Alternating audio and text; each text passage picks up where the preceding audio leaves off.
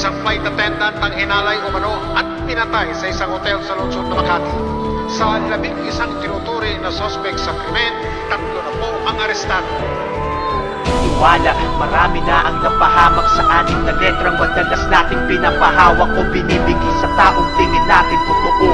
Kamag-anak, kaibigan, magulang o kadugo. Pero ano nga bang ibig sabihin ng salitang to? Ito ba'y karapat dapat ibigay natin ang buo? Dapat bang ibigay to sa mga nasa bilog ko? O baka naman dapat lamang to sa sarili ko? Kasi kung minsan ito pa ang nagiging rason at dahilan ng mga bagay na sa utak babaon. Dahil dito marami nang naisilid sa kahon. Ito rin ang maaaring dahilan sa nangyari ngayon.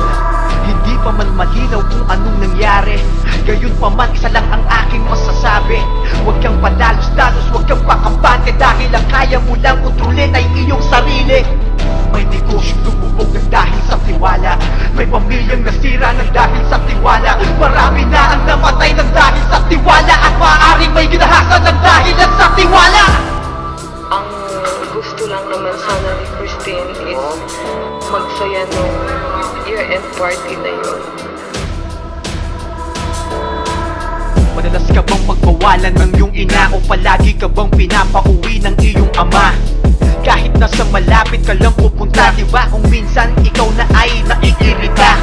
Pero makinig ka muna sa'kin saglit, hindi yung parang palaging ikaw ba ang galit?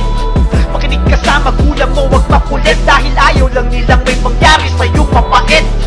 Noon pa man may ganito ng kaganapan, di na mabilang ang mga nilapastangan. Kaya sana'y makinig ka sa iyong magulang at iwasang magtiwala kung kani-kanino lang. May negosyong lumubog ng dahil sa tiwala, may pamilyang nasira ng dahil sa tiwala. Marami na ang namatay ng dahil sa tiwala, at maaaring may ginahasan ng dahil lang sa tiwala.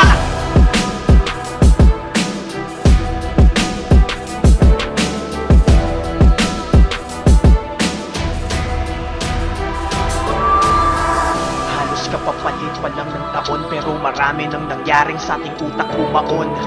23 taon na babae ang natagpo ang walang buhay, at usapan na ngayon na siya raw ay ginahasa. Kung totoo ang mga to, dapat ang may mga sala ay patawan ng parusang pinakamabigat. Pero hindi pa maaari sa ngayon, sapagkat di pa natin alam ang totoo. Hindi rin maganda na manghusga agad tayo.